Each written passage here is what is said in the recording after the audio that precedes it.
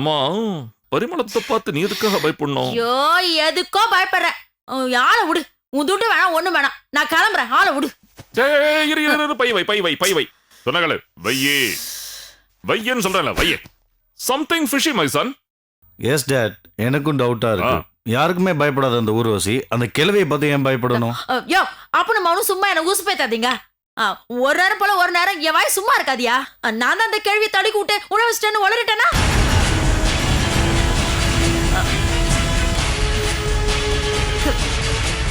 வளரிட்டேனா? அதான் அடக்கி அடக்கி பார்த்தேன். இந்தா இப்போ வளரிட்டேன்ல. இதே மாதிரி வளரிட்டேன்னா என்ன பண்றது?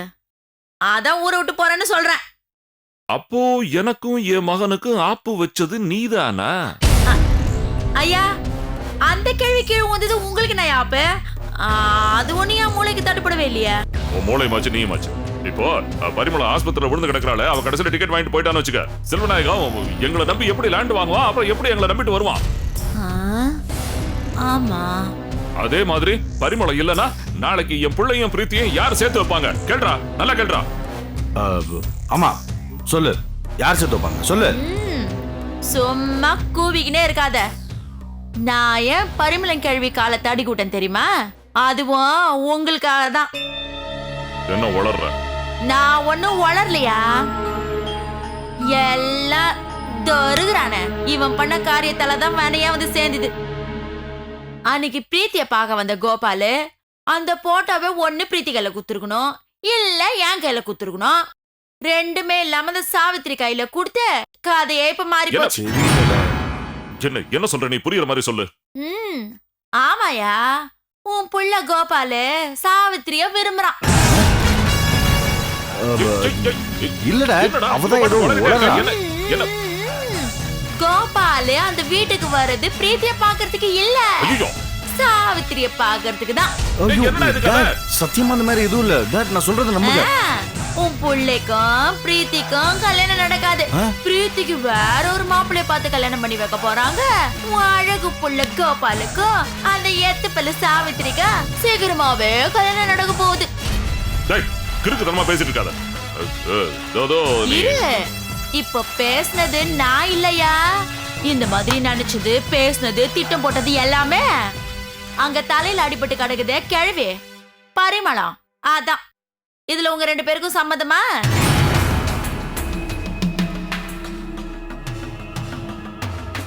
என்னடா இது? போய் அந்த சாவித்திரிய உனக்கு கட்டி வைக்கிறதுக்கா நான் என்னோட மண்டையை உடைச்சிட்டு இந்த மாதிரி திட்டம் போட்டேன். அதுக்குதான் இந்த ஊர்வசி பரிமளம் கால தடுக்கி விட்டா. இப்ப சொல்லியா நான் செஞ்ச தப்பா? இல்ல இல்ல, நீ செஞ்சது தப்பே இல்ல. நான் தட்டி விட்டத அந்த கேள்வி பார்த்தாலா பாக்கலையான்னு தெரியாம நான் தவிச்சு நிக்கிறேயா, அது தப்பா? இல்லவே இல்ல.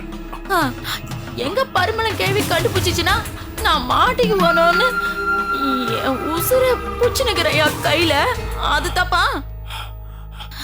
அதுவும் தப்பு இல்ல. அப்புறம் அது கண்ணு முழிச்சு என்ன மாட்டி விடுறதுக்குள்ள நான் இந்த ஊரை விட்டு ஓடி போனோம்னு நினைக்கிறேன். இது தப்பா சொல்லு. ஆமா, இதுதான் தப்பு. எப்படியா இது மட்டும் தப்பாவா? அவ கண்ண முழிச்சாதானே உனக்கு பிரச்சனை. அவ கண்ண முழுசா பர்மனண்டா மூடுற மாதிரி பண்ணிட்டா புரியல? Dad, Dad, you're great. Great idea. புரியுதுடா. ஊர்வசிக்கே புரியுதுடா.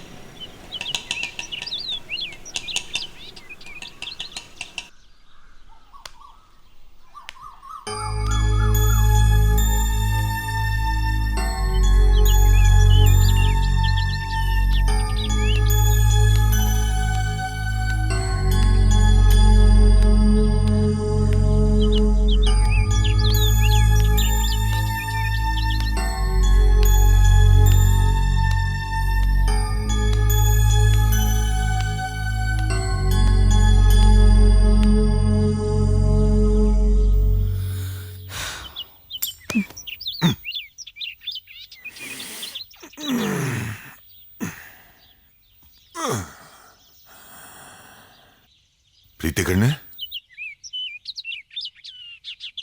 வா உக்காரு. ரொம்ப நேரம் தூங்கிட்டேனா? அம்மாக்கு எப்படிமா இருக்கு? அதான் 48 மணி நேரம் கெடு கொடுத்துருக்காங்களே, அதுக்குள்ளே ஏதாவது மிராக்கிள் நடந்துட போதான்னு. ஏமா ராத்திரி பூரா அம்மா பக்கத்துல ஐசியூல இருந்தியா? 11 மணி வரைக்கும் தான் டாடா அம்மா கூட இருக்காளோட. அதுக்கப்புறம் விசிட்டிங் ரூம்லேயே ஸ்டே பண்ண வேண்டியதா போயிடுச்சு. ஏமா ஒரு ஃபோன் பண்ணியிருந்தா நைட் நான் வந்து உன்னை ரிலீவ் பண்ணியிருப்பேன்ல. அது நல்லா இருக்காது டாட். அங்க இருந்தவங்கள மேக்ஸிமம் லேடிஸ், அதான் நானே இருந்துட்டேன். சரி 11 மணி வரைக்கும் தானே பேஷண்ட் கூட இருக்க முடியுது, அதுக்கப்புறம் வீட்டுக்கு போலாமான்னு கேட்டால் போகக்கூடாதுன்னு சொல்லிட்டாங்க. ஏன்? நைட் விசிட்டிங் வர்ற டாக்டர்ஸ் திடீர்னு மெடிசன் ஏதாவது எழுதி கொடுப்பாங்களாம். அதை கொண்டு போய் கேஷ் கவுண்டரில் கட்டி வாங்கிட்டு வரதுக்கு கண்டிப்பாக பேஷண்ட் கூட யாராவது இருந்தே ஆகணும்னு சொல்லிட்டாங்க. பாவம் குழந்தை, ராத்திரி பூரா கண்ணை முடிச்சிட்டு இருந்திருக்க. ஏமா லேடிஸ் தானே இருக்கணும். பேசாம நம்ம ஊர்வசி இருக்கால, அவளை அமுச்சு வச்சிருவோம். கொஞ்சம் இரு. ஊர்வசி, ஊர்வசி. நானே இங்க சதி வேலை பண்றதுக்கு வந்துக்கிறேன். என்னையே போய் ஹாஸ்பிட்டல்ல சேவை செய்ய சொன்னா அப்புறம் நான் காத்தடி கூட்டத்துக்கு என்ன பிரயோஜனம்? ஊர்வசி சார் வந்துட்டேன் சார். ஐயோ கர்மண்டா. அத வந்துட்டேன் சார். பிரீத்தி கண்ணே, எப்போ வந்த ஹாஸ்பிட்டல்ல இருந்த? அம்மா எப்படிக்குது? கண்ணை தந்துச்சா? என்ன பேசுச்சு? பேசினாங்களாவா? கண்ணை திறக்கிறதுக்கே டாக்டர்ஸ் 2 நாள் டைம் கொடுத்துருக்காங்க. இதுல எங்கேருந்து பேச போறாங்க? அப்பாடா. ஏய் என்ன? என்ன சார் நீ என்ன தப்பா நினைச்சிக்கின?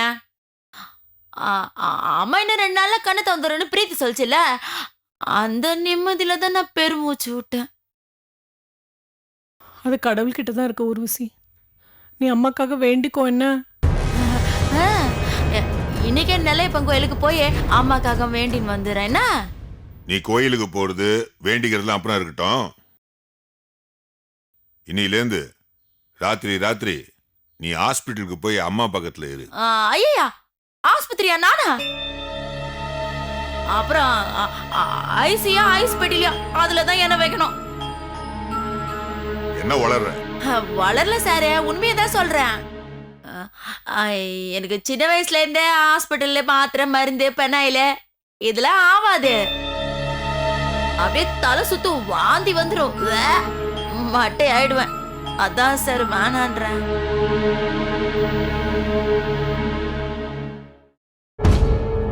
நல்லா கதை. வீட்டு படியில கவுத்து விட்டவளுக்கு போய் ஹாஸ்பிட்டல்ல காவல் காக்கணுமா? சாம்பார் அடுப்புல வச்சுட்டு வந்துக்கிறேன், நான் போய் பாக்குறேன். உனக்கு காப்பிய தரேன். சரி போ. என்னம்மா இது இப்படி சொல்லிட்டு போறாவ? அதை விடுங்கடா. அதான் ஊர்வசி ஹாஸ்பிட்டல்னாலே அலர்ஜின்றாலே, அவளை விடுங்க. இல்லம்மா, இன்னைக்கு ராத்திரி யார் அனுப்புறது அதுதான் எனக்கு கவலையா இருக்கு. இப்ப அதுவா டாட் முக்கியம்? அம்மாவை எப்படியாவது காப்பாத்தணும். அதுக்கு நம்ம என்ன பண்ணணும்? ஆமா, டாக்டர் அதுக்கு ஏதோ சொல்யூஷன் இருக்குன்னு சொன்னாராமே, என்னடா அது? நாம முதல்ல அதான் பண்ணணும். நேத்து நைட்டு கூட சீஃப்னஸ் எனக்கு ரிமைண்ட் பண்ணாங்க. அம்மாவா மெட்ராஸ்க்கு எதுவும் கூட்டிட்டு போகணுமா? அப்படி சொல்லியிருந்தா நான் உடனே ஏற்பாடு பண்ணிருப்பேனம்மா. ஏன் ஃபாரின்ல இருந்து ஒரு ஸ்பெஷலிஸ்ட் ஆக்ஷன் சொல்லியிருந்தா அதுக்கு நான் தயாரா தான் இருந்தேன். ஆனா அம்மாவை காப்பாத்துறதுக்கு அந்த சீஃப் டாக்டர் சொன்ன விஷயத்தை மட்டும் என்னால பண்ண முடியாதுமா. ஏன் அப்படி என்ன சொன்னாரு? மிஸ்டர் செல்வநாயகம், உங்க ஒய்ஃபோட உயிரை காப்பாத்துறதுக்கு ஒரே ஒரு மருந்து தான் இருக்குன்னு சொன்னார். என்னவா? அந்த மருந்து சாவித்ரியா. வாட்? ஆமாமா, சாவித்ரியா? சாவித்ரி உங்க அம்மா பக்கத்துல நின்னாலே போதுமா, பேசக்கூட வேணாமா, டபக்குன்னு கண்ணை திறந்துருவாளாம். என்னடா உண்மையாவே சொல்றீங்க? ஆமாமா, அம்மாக்கு தலையில அடிபட்டு பிளட் கிளாட் ஆகி சுயநினைவே இல்லாம படுத்திருந்தா கூட அவளோட வாய் உச்சரிக்கிறது சாவித்ரியோட பேரு தான். சரி, அதுக்கு என்ன இப்போ? அப்பப்போ பிரீத்தினி என் பேர் கூட தான் சொல்றாங்க. கரெக்டுமா, உண்மைதான். நீ இவ்வளவு நாள் பக்கத்துல இருந்தும் உங்க அம்மா கண் திறக்கலையம்மா. அதே சமயம் அம்மா முணுமுணுக்கிறது அதிகமா சாவித்திரியோட பேரு தான். 1000 தடவை அவங்க சொல்லட்டுமே, அதுக்காக சாவித்திரி வந்து அவங்க பக்கத்துல நின்று அவங்க கண்ணை முழிச்சிருவாங்களாமா? அப்புறம் இந்த ஹாஸ்பிட்டல்ல இருக்க மெடிசின்ஸ் எல்லாம் எதுக்கா? கேட்டேம்மா, இதையே தான் நான் டாக்டர்கிட்டையும் கேட்டேன். அவர் சொன்ன பதில் என்ன தெரியுமா? ஒரு உயிரை காப்பாத்துற விஷயத்துல எந்த சிகிச்சையும் விட்டு வைக்க கூடாதான். மனோ தத்துவமும் சரி, உடல் சாஸ்திரமும் சரி, அது ரெண்டும் ஒண்ணு சேரும் போது பல அதிசயங்கள் நடந்திருக்கான். இந்த டெலிபதி, ஹிப்னாட்டிசம் மாதிரி. அம்மாவோட மனசு சாவித்திரி தான் சுத்தி சுத்தி வருதான். சாவித்திரி வந்து அம்மா பக்கத்துல நின்னாலே போதுமா, அதுல வர வைப்ரேஷன் அம்மா மனசுக்குள்ள போய் ஒரு புது தெம்பியே கொடுக்குமா. அதாவது ஒரு தெம்பு இருக்கிற மனசு இருக்கு பாத்தியா, அந்த மாதிரி மனசு இருக்கும் போதுதான் கொடுக்கிற மாத்திரைகளும் மருந்துகளும் வேலை செய்யுமா. மண்ணாங்கட்டி. ச்சே.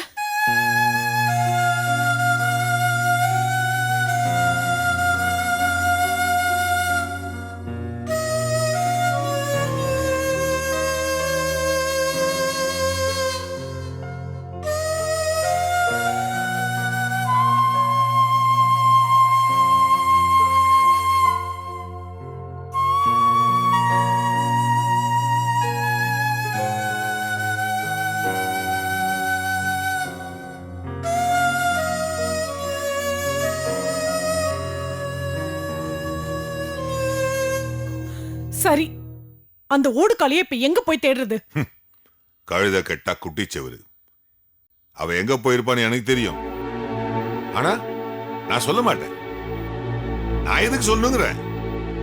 ஓடி போனவளை திரும்ப வெத்தலை பாக்க வச்சு கூப்பிட சொல்றியா? டாடி, நிஜமாவா சொல்றீங்க?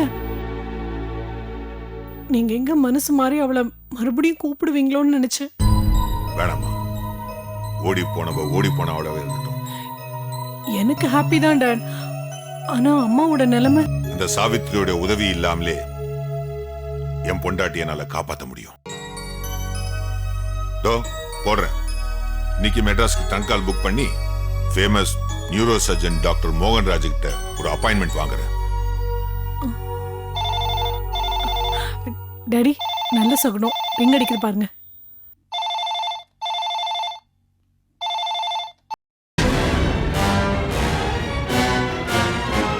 ஹலோ, செல்வநாயகம் ஐயர்.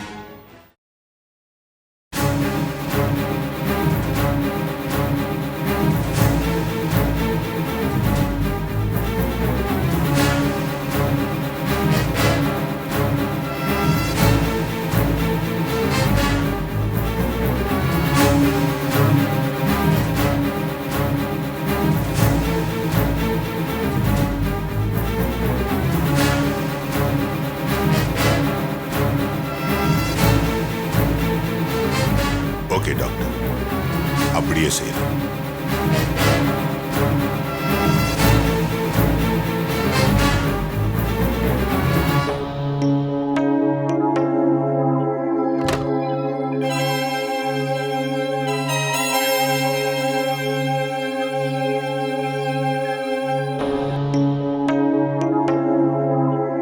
உன்கிட்ட நான் 500 ரூபாய் கொடுத்தேன், 430 ரூபாய் ஆயிருக்கு. மீதி 70 ரூபாய் என்னாச்சு? பர்சனலா செலவு பண்ணிட்டேன் மேடம். என்னம்மா இது? நான் உங்ககிட்ட எல்லாம் வார்டன் மாதிரியா நடந்துக்கிறேன்? உங்க வீட்டு பெரியவங்க மாதிரி தானே உங்களை எல்லாம் பாத்துக்கிறேன். சொல்லிட்டு செய்ய வேணாமா? Sorry madam. இனிமே இந்த தப்பு நடக்காம பாத்துக்க. Okay madam. இதை என் ரூம் டிராயர்ல வச்சு. என்ன முத்து, ஏன் இப்படி பதட்டமா வர? அம்மா, நானே இப்பதான் விஷயத்தை கேள்விப்பட்டு ஆஸ்பத்திரி வரைக்கும் போயிட்டு வந்திருக்கேம்மா. ஆஸ்பத்திரிக்கா? ஆ, யாருக்கு? என்ன உடம்புக்கு? உங்களுக்கு விஷயமே தெரியாதா? பரிமளம்மா மாடிப்படியிலிருந்து கீழே உருண்டு விழுந்துட்டாங்களாம்மா. பரிமளம்? என்னப்பா, எப்படி எப்படி ஆச்சுப்பா இது? அந்த விஷயம் உங்களுக்கு தெரியாதா? சாவித்திரி உங்ககிட்ட விஷயத்தை சொல்லிருப்பான்னு நான் நினைச்சிட்டு இருக்கேன். எனக்கு அவ எந்த போனும் பண்ணலையேப்பா. சரி, உனக்கு எப்படி இந்த விஷயம் தெரிஞ்சது? அம்மா, என் பொண்ணு பிரீத்தி பார்க்கறதுக்காக அந்த காலேஜுக்கு போயிருந்தேன். அங்க வரல. பிரின்சிட்ட விசாரிச்சேன். அப்பதான் இந்த விஷயம் தெரியுமா எனக்கு. சரி வா, போய் ஹாஸ்பிடல்ல அம்மா பாத்து. இருங்கம்மா, நான் அங்க போயிட்டு தாமா வந்திருக்கேங்க. அம்மா, நீ போய் பாத்தியா அவங்க எப்படி இருக்காங்க? அம்மா, அவ்வளவு தூரம் அங்க நான் போய் கூட என்னால அவங்கள சரியா பார்க்க முடியலம்மா. ஐசி வார்டுல வச்சிருக்கிறாங்க. சொந்தக்காரங்களை மட்டும் தான் பார்க்கறதுக்கு அலோவ் பண்ணுவாங்களாம். அது ஒவ்வொருத்தரா தான் போய் பார்க்கலாமா. செல்வநாயகம் வேற அங்க இருந்ததுனால நான் வெளியவே இருந்துட்டு வந்துட்டேன். ஆமா, இது எப்படி நடந்ததுப்பா? யாருக்கும் சரியா தெரியலம்மா. மாடிப்படி இருந்து இறங்கி வரும்போது கால் தடுக்கி கீழே விழுந்துட்டு தான் சொல்றாங்க. பாவம் பரிமளம், இவ்ளோ நல்லவ. அடுத்தவங்க கிட்ட எவ்வளவு அன்பா நடந்துக்குவா. அவளுக்கு இப்படி ஒரு நிலைமையா? நல்லவங்களை தாமா கடவுள் நிறைய சோதிப்பாரு, என்ன சோதிக்கலையா? ஏ முத்து, நீ ஹாஸ்பிட்டல் போறேன்னு என்கிட்ட ஒரு வார்த்தை சொல்லியிருந்தேனா நானும் வந்திருப்பேனே, பாத்துருக்கலாம்ல. அம்மா நீங்க போனீங்கனாலும் அவங்கள பார்க்க முடியாதுமா. ஜன்னல் வழியா தான் எட்டி பார்க்க முடியும். பேசாம 2 நாள் கழிச்சு போய் பாருங்களேன் நீங்க. ஐயோ, சாவித்திரி நினைச்சாதான் ரொம்ப கஷ்டமா இருக்குப்பா. பாவம் அந்த பொண்ணு. அம்மான்ற உரிமையில இவ்ளோ கஷ்டம் ஆயிருக்கேன்னு சொல்லி வாய் விட்டு அழவும் முடியாது. எல்லாத்தையும் பாத்துக்கிட்டு மனசுக்குள்ளே அடக்கி வச்சுக்கிட்டு கல்லு மாதிரி இருக்கவும் முடியாது. அவளோட நிலைமை எவ்வளவு பரிதாபமா இருக்கு பத்தியா? சுத்தி வளைச்சு எங்க போனாலும் சாவித்திரிக்கும் அவளுக்கு நடக்கிற எல்லா காரியத்துக்கும் நானே பொறுப்புங்கிற மாதிரி கடைசியில என் பேர்லயே வந்து முடியுங்க. சரி நான் போறேம்மா. எதுக்கும் 2 நாள் கழிச்சு இன்னைக்கு போய் பாருங்கம்மா. இவ்வளவு விவரம் தெரிஞ்சதுக்கு அப்புறம் எனக்கு 2 நாள் வரைக்கும் வெயிட் பண்ண முடியாது. நாளைக்கு நான் விசிட்டிங் அவர்ஸ்ல போய் பாத்துறேன். நீ காலையில வா, நம்ம சாவித்திரிக்கு போன் பண்ணி என்ன ஏதுன்னு எல்லா விவரமும் தெரிஞ்சுக்கலாம். என்ன? சரிம்மா, நான் வரேம்மா. கரெக்டா வந்துருப்பா. சரிம்மா.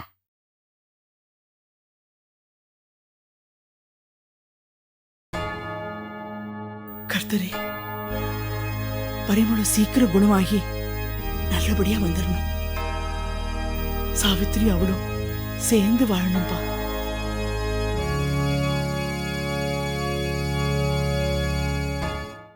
Mister Chakrapani, mister Chakrapani, come in. உள்ளே வர மாட்டீங்க? அட வாங்க மிஸ்டர் செல்வநாயகம். மிஸ்டர் செல்வநாயகம் உள்ள வாங்க. என்னையா? ஆமா உங்களை தான். மிஸ்டர்லாம் போட்டு கூப்பிடுறதுக்கு நான் தகுதியானவனே இல்லையா? சார் அப்படி உட்காருங்க சார். நான் வந்துட்டேன். உட்கார முடியாது. உட்காருங்க சார். முடியாதியா? நான் உட்கார மாட்டேன். நான் எதுக்கே உட்காரணும்? நான் உட்கார மாட்டேன். இருக்க போறான். சரி உட்கார சார். ஏன் இந்த மாதிரி ஒரு நிலைமை உங்களுக்கு?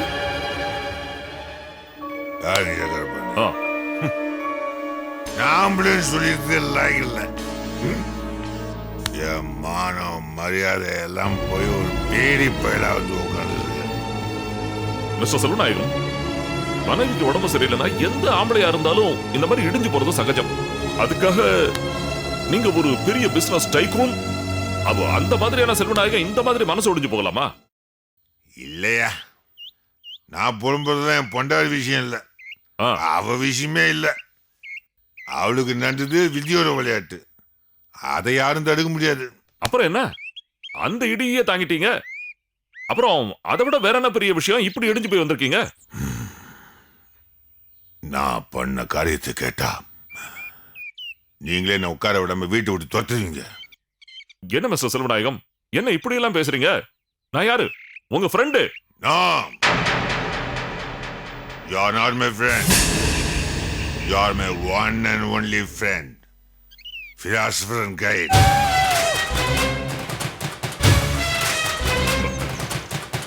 சார், இது நான் சொல்ல வேண்டியது சார். நீங்க என்ன அந்த மாதிரி எல்லாம் சொல்லக்கூடாது சார். அதுதான் சார் உண்மை. சார், நீங்க எனக்கு எவ்வளோ வழியில எத்தனையோ உதவி செஞ்சிருக்கீங்க. அப்படிப்பட்ட உங்களை என் ஃப்ரெண்டு பிலாசபர் கைடுன்னு சொல்லாம வேற யாரை சொல்ல முடியும் சார்? சரி சரி, நான் அதெல்லாம் அக்செப்ட் பண்ணிக்கிறேன். அதெல்லாம் அப்படியே இருந்துட்டு போட்டோம். என்ன என்ன விஷயம் சொல்லுங்க. முதல்ல நீங்க என்ன மன்னிச்சுட்டேன்னு ஒரு வார்த்தை சொல்லுங்க சார். செல்வநாயகம், என்ன இப்படி பெரிய வார்த்தையெல்லாம் பேசிட்டு சார்? பெரிய வார்த்தையெல்லாம் பேசுறீங்க, ஆனா குழந்தை மாதிரி நடந்துக்கிறீங்க. இல்ல சார், அப்படி ஒரு கேவலமான காரியத்தை செஞ்சுட்டு வந்திருக்கேன் சார். என்ன சொல்றீங்க? ஆமா மிஸ்டர் சக்கரபாணி, நீங்க யாரு? என் ஃப்ரெண்டு பிலாசபர் அண்ட் கைடு. உங்களுக்கே நான் துரோகம் பண்ணிட்டு வந்திருக்கேன் சார்.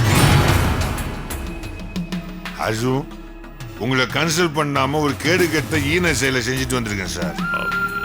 சார், குடிச்சிருக்கீங்க, அதுவும் இவ்வளவு ஏழைமானங்களே வா, என்னால நம்பவே முடியல சார். என்னால நம்ப முடியல. The great business magnate Selvanayagam போயும் ஒரு பொட்டேசி கிட்ட தோத்து போயிட்டு வந்திருக்கேன் சார்.